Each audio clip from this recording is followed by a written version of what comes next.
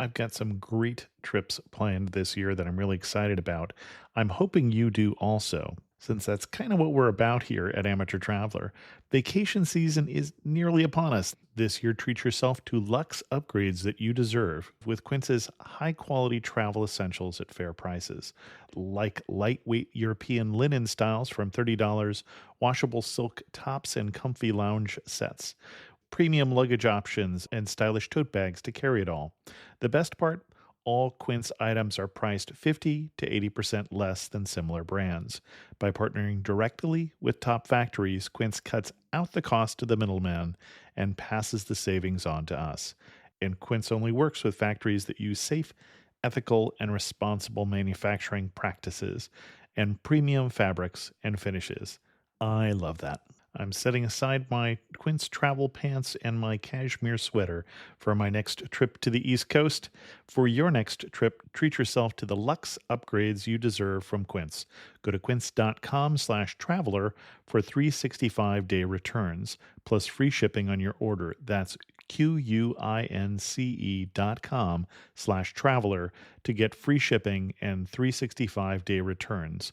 Quince.com/traveler. And thanks to Quince for sponsoring this episode of Amateur Traveler. Hi, I'm Kristen Bell. Carvana makes car buying easy. Isn't that right, hun? Dax? Dax? Sorry, did you know about this 7-day money-back guarantee? A week to evaluate seat comfiness, you say? A week of terrain tests? Yeah, I can test the brake pad resistance at variable speeds. Make sure all the kids' stuff fits nicely. Make sure our stuff fits nicely. Oh, Right. Still need to buy the car. Getting ahead of ourselves here. Buy your car with Carvana today. This is not your normal Amateur Traveler episode, but a bonus episode I'm calling the More Travel episodes, and this one is about fear of flying with our guest, Johnny Jett. This is Chris Christensen from Amateur Traveler. Let's talk about fear of flying. I'd like to welcome to the show Johnny Jett, who I have not seen in person that many times since we traveled together on the Douro River in Portugal. But Johnny's come to talk to us about fear of flying. Johnny, welcome to the show. Thank you for having me. I can't believe it's been that long. It is, you had no kids at the time, and your kids are, in grad school now, I think. I have an 8-year-old and a 5-year-old. Yeah, so it's been a little while. It's been a bit.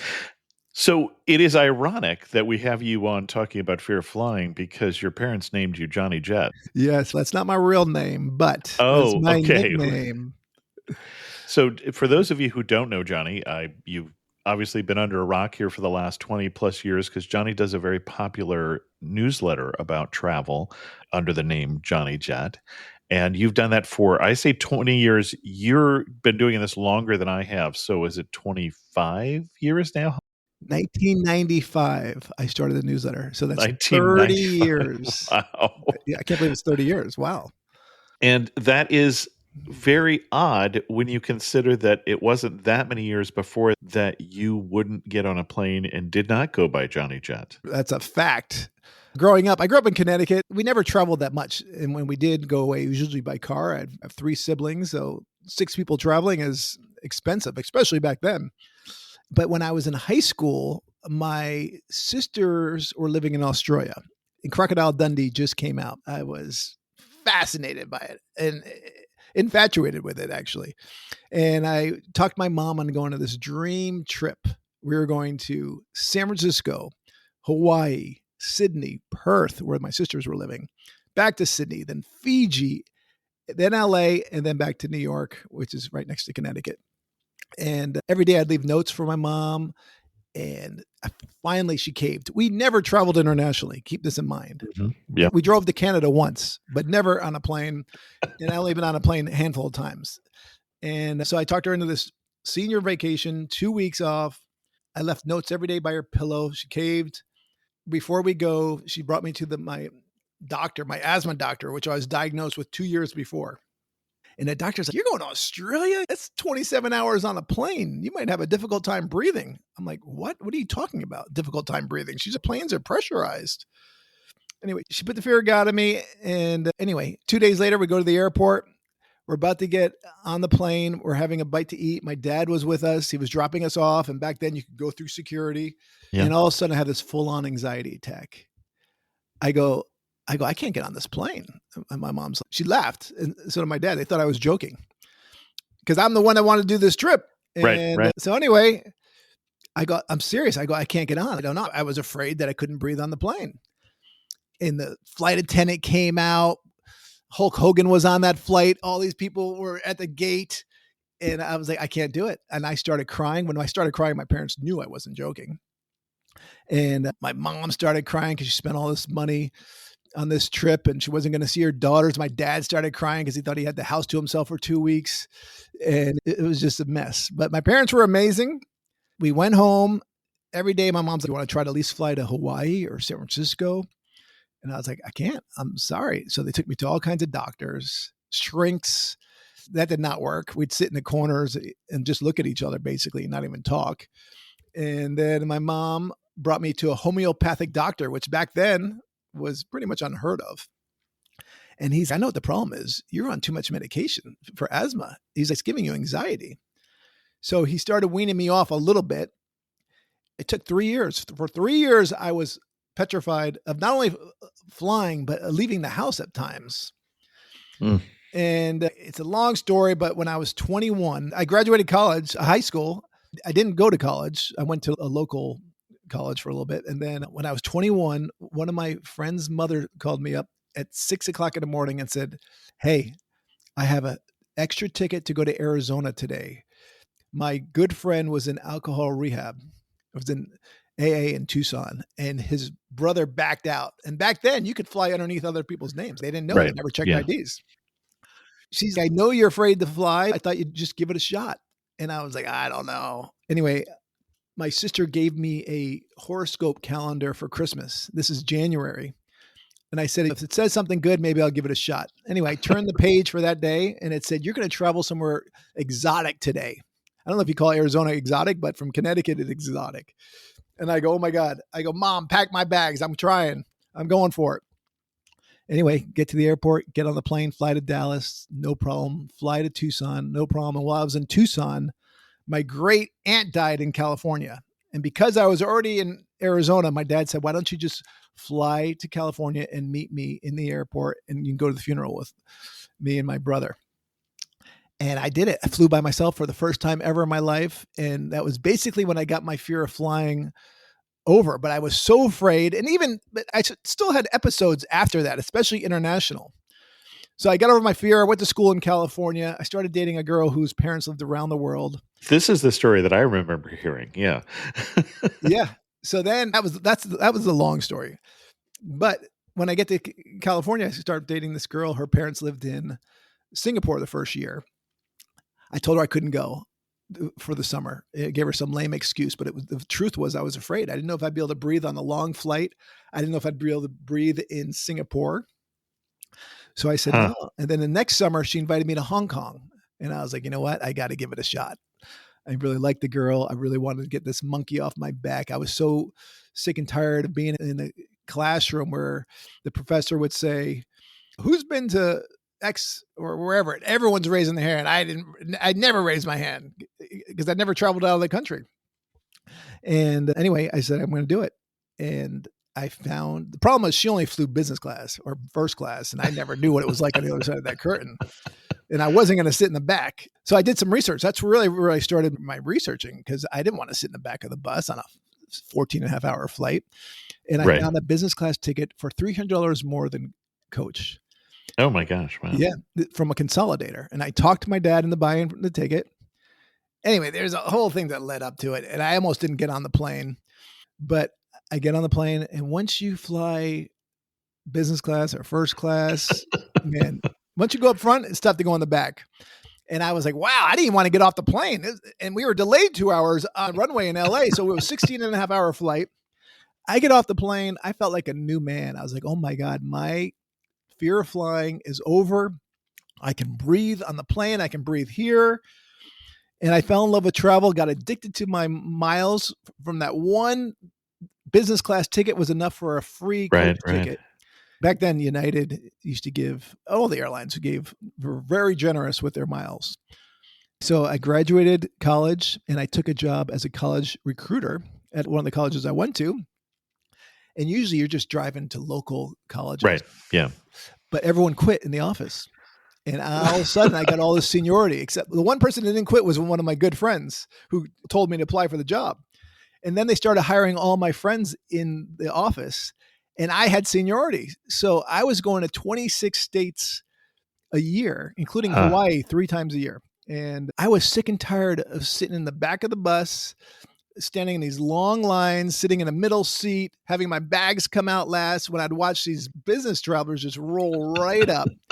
No wait, sitting in first class, having a nice meal, having their bags come out first if they even check the bag. And I just started studying and asking questions to everybody. And I started mastering travel because we were on a really tight budget at the college. And every year there would be a college conference.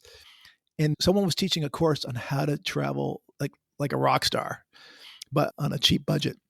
So I went to it and the guy was great, but I was like, I know more than this guy. So I talked to him afterwards and he's like, you do know more than me. You want to do it with me next year? I go, sure.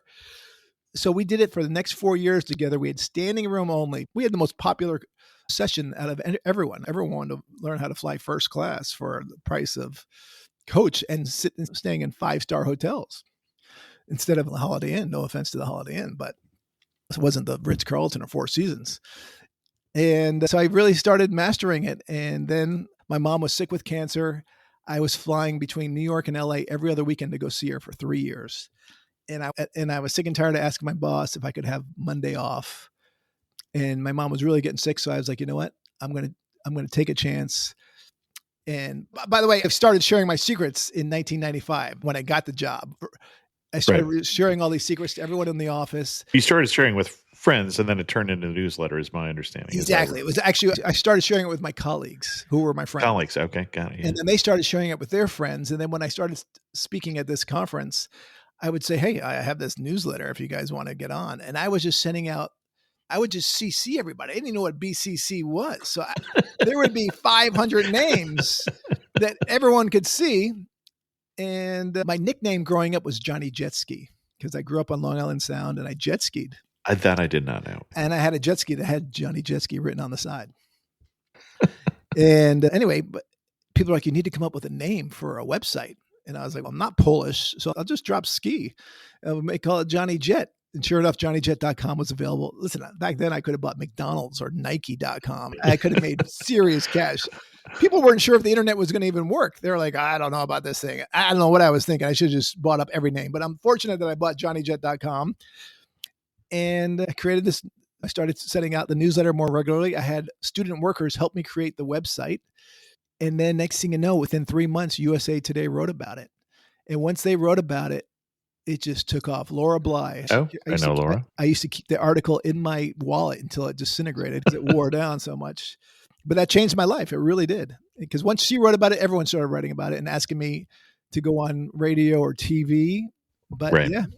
I want to go back a little bit to the fear of flying. I didn't want to interrupt the story. I want to get people to get that story too. But I always think that people who have fear of flying are afraid that the plane's going to crash, but it's more complicated than that. Not everybody is afraid of the same. Yeah, I was afraid of that at first. Sure, but yeah. Then I started reading all the statistics, and they all show it is so much safer to fly than it is than to you drive. are driving to the airport. There's no comparison.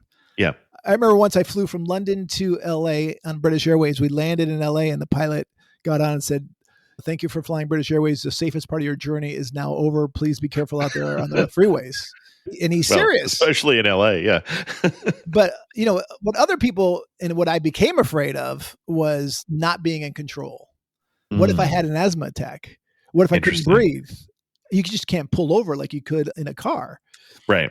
So that was my big thing. Also, claustrophobia. Sure. Yeah. Like it is a big metal, not a huge metal tube. Yeah. Totally. So my solutions for, let's say for claustrophobia, I always would book an aisle. I had to be an aisle.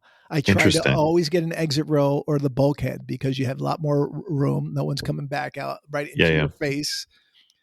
Or since I flew that one time in business class, again, once you go up front, it's tough to go in the back. And back then it was a lot easier to get upgraded. Yeah, it was. And so I was flying, I would fly New York, LA almost always in business class or first class. Huh. And I was buying the cheapest ticket out of anyone on the plane. I would buy tickets for $156 round trip between LA and New York. But I knew all the gate agents because I was friendly. All you got to do is be friendly and nice. And I'd bring JohnnyJet.com shirts.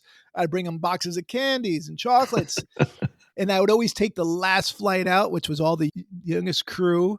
Oh, people with less seniority. Less seniority. They were fun. I sat next to almost every celebrity because New York, LA, you always see a celebrity on that flight. Yeah. And I would get treated better than them. They would look at me like, who the heck are you? And I'm like, I don't know. I'm not worthy of this treatment. But do you say data or data? Well, at my house, we say data. And for the longest time, I thought paying a fortune on my monthly data plan was just normal. That was until I found out about Mint Mobile and their premium wireless plans that start at just $15 a month. The quality of the Mint Mobile wireless service is just as good as my old provider, but costs less. Say bye-bye to your overpriced wireless plans, jaw-dropping monthly bills, and unexpected overages. Mint Mobile is here to rescue you. All plans come with high-speed data, or data, your choice, and unlimited talk and text delivered on the nation's largest 5G network. Use your own phone with any Mint Mobile plan and bring your phone number along with all your existing contacts. Ditch overpriced wireless and get $3 of premium wireless service from Mint Mobile for $15 a month. No matter how you say it, don't overpay for it.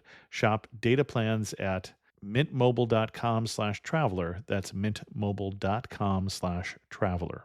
Upfront payment of $45 for 3-month 5 GB plan required, equivalent to $15 a month. New customer offer for first 3 months only, then full price plan options available. Taxes and fees extra. See Mint Mobile for details. And thanks to Mint Mobile for sponsoring this episode of Amateur Traveler. This episode is brought to you by Indeed. When your computer breaks, you don't wait for it to magically start working again. You fix the problem. So why wait to hire the people your company desperately needs? Use Indeed's sponsored jobs to hire top talent fast. And even better, you only pay for results. There's no need to wait. Speed up your hiring with a $75 sponsored job credit at Indeed.com/podcast. Terms and conditions apply.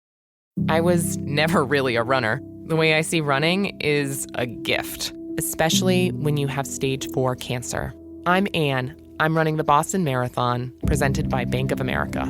I run for Dana-Farber Cancer Institute to give people like me a chance to thrive in life, even with cancer. Join Bank of America in helping Anne's cause. Give if you can at BofA.com/supportAnne. What would you like the power to do? References to charitable organizations is not an endorsement by Bank of America Corporation. Copyright 2025. I'm curious, though, you've told the story before about fear of flying. You've been on TV. If it's Tuesday, Johnny's on TV someplace. I imagine people have responded to that and said, what I was afraid of is this. Is that been across the board and things that I would have never imagined, or is it mostly claustrophobia, fear of crashing? I think not being in control is the number one thing. Interesting.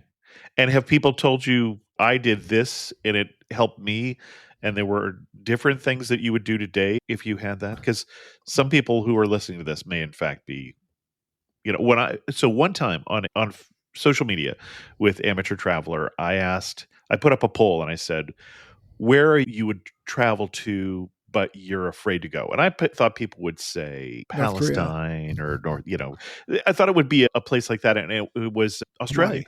Australia. Okay. And it was Australia, and it was because of the length of the flight. Okay. And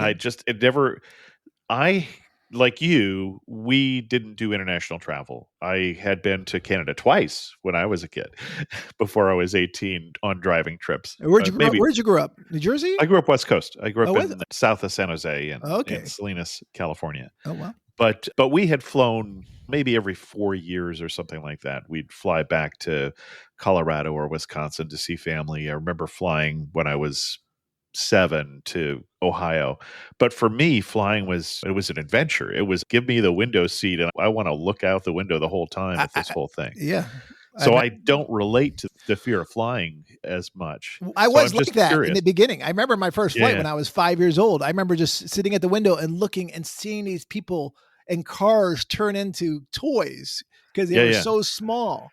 And I was fascinated by that. Yeah, I am too. It still amazes me that these planes can get off the ground and that we can travel so far and quickly and Oh, yeah. safely.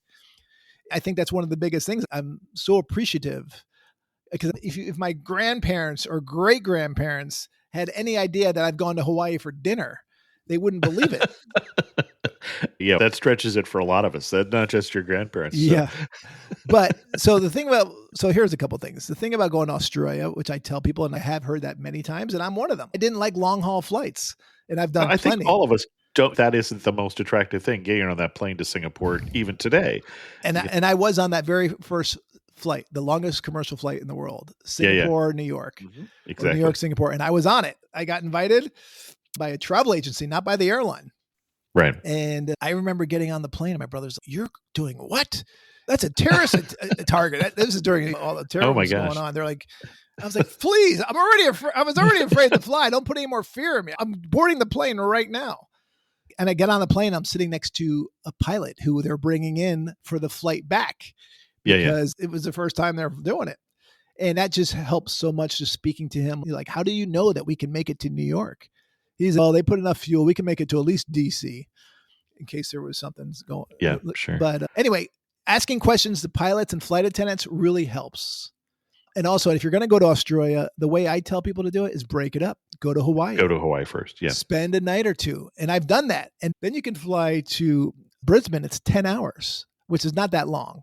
Right. Or if that's still too long, then fly to Fiji. That's 5 hours from Hawaii. Right. Spend a couple nights in Fiji, or spend more because Fiji's amazing. And then it's only 4.5 or 4 to Australia, depending on where you go. We just did that.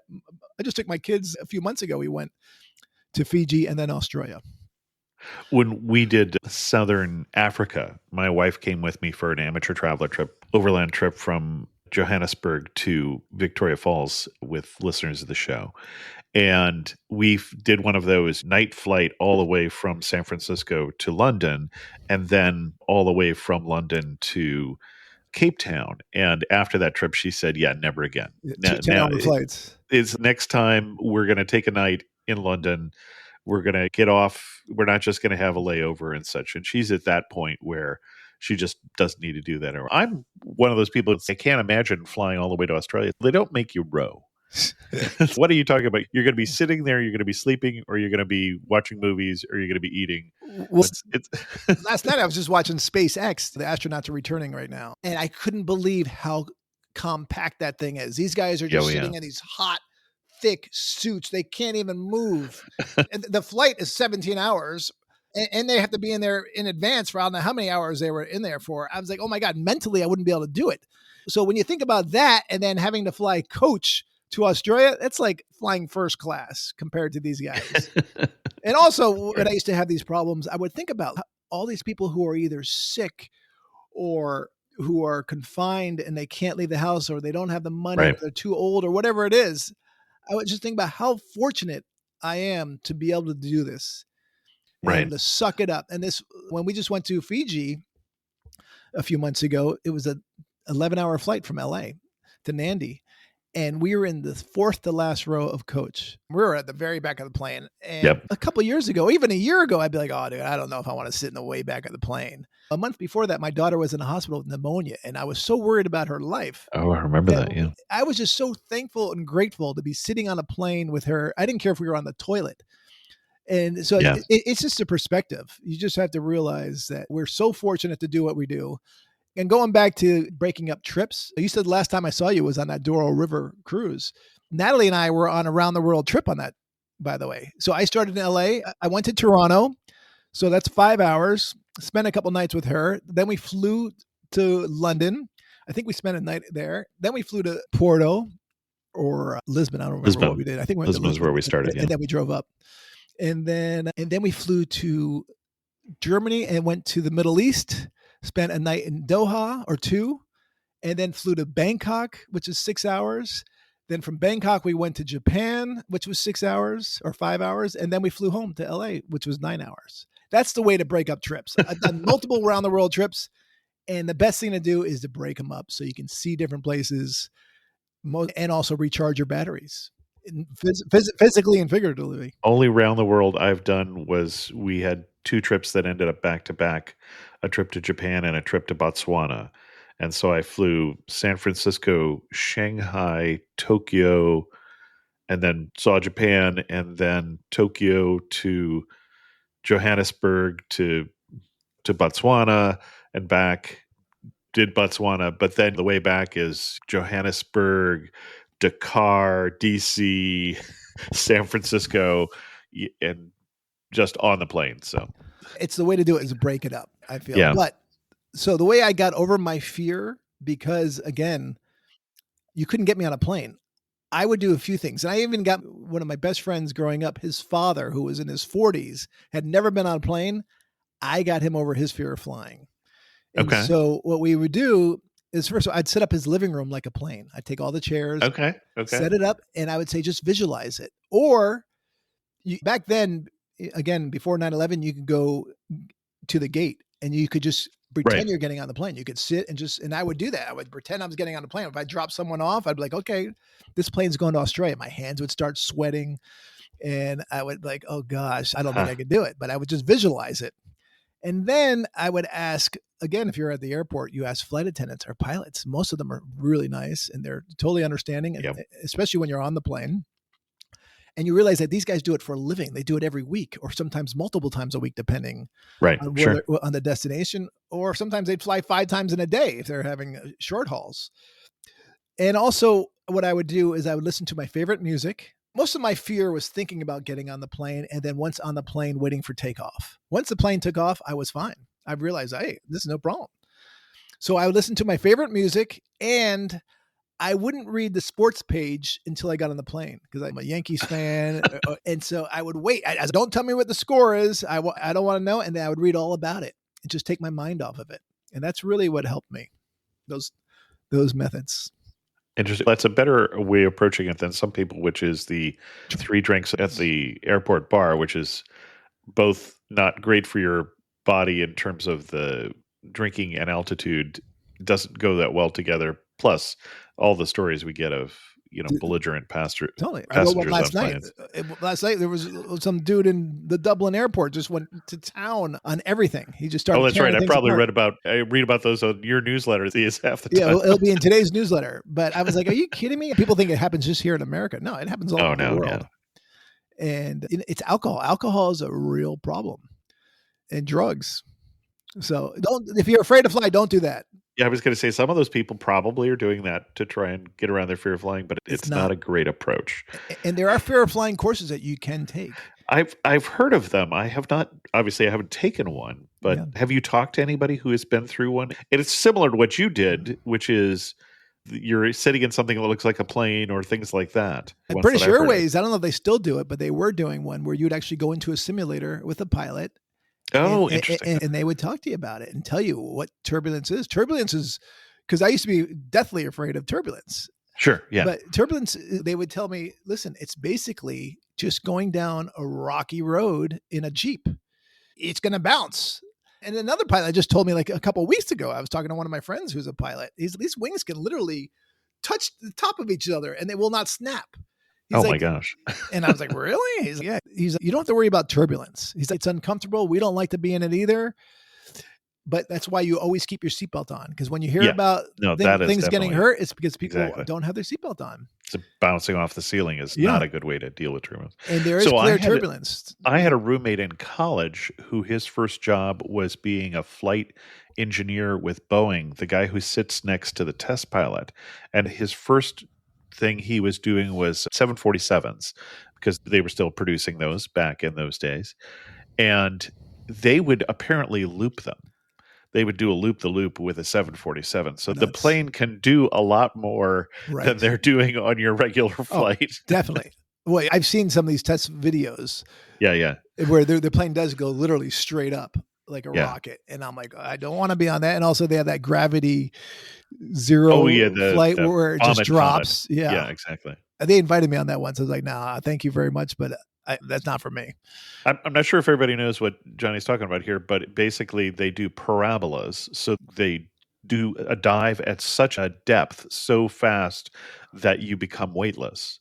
And then they pull out and then they do that again to get the astronauts used to weightlessness in very small doses in that case. But It's like Yeah. 30 seconds, I think, of no gravity. But yeah, it's just not for me. The vomit comet is exactly what it is. That's what they nicknamed it. Yeah. And there's good reason. Yep. Exactly.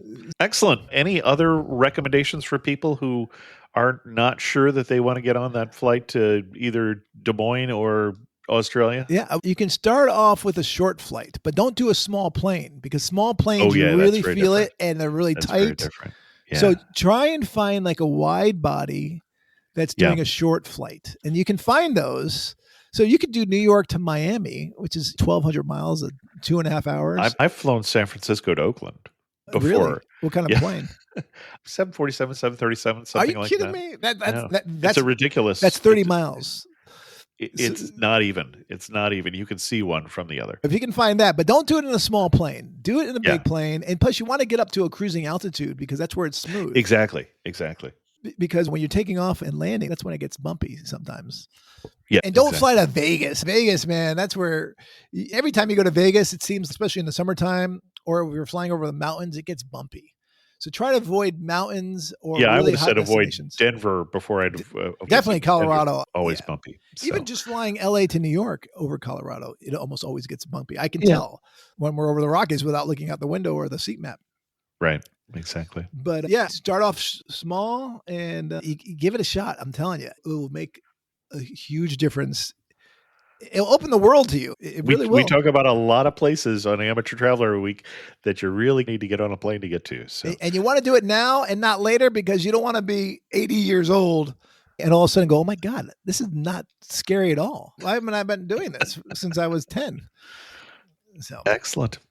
Our guest again has been Johnny Jett. And you can find him and his wonderful newsletter at johnnyjett.com. Johnny, Yeah. thanks so much. It's great to finally get an excuse to get you on the show. I appreciate you having me.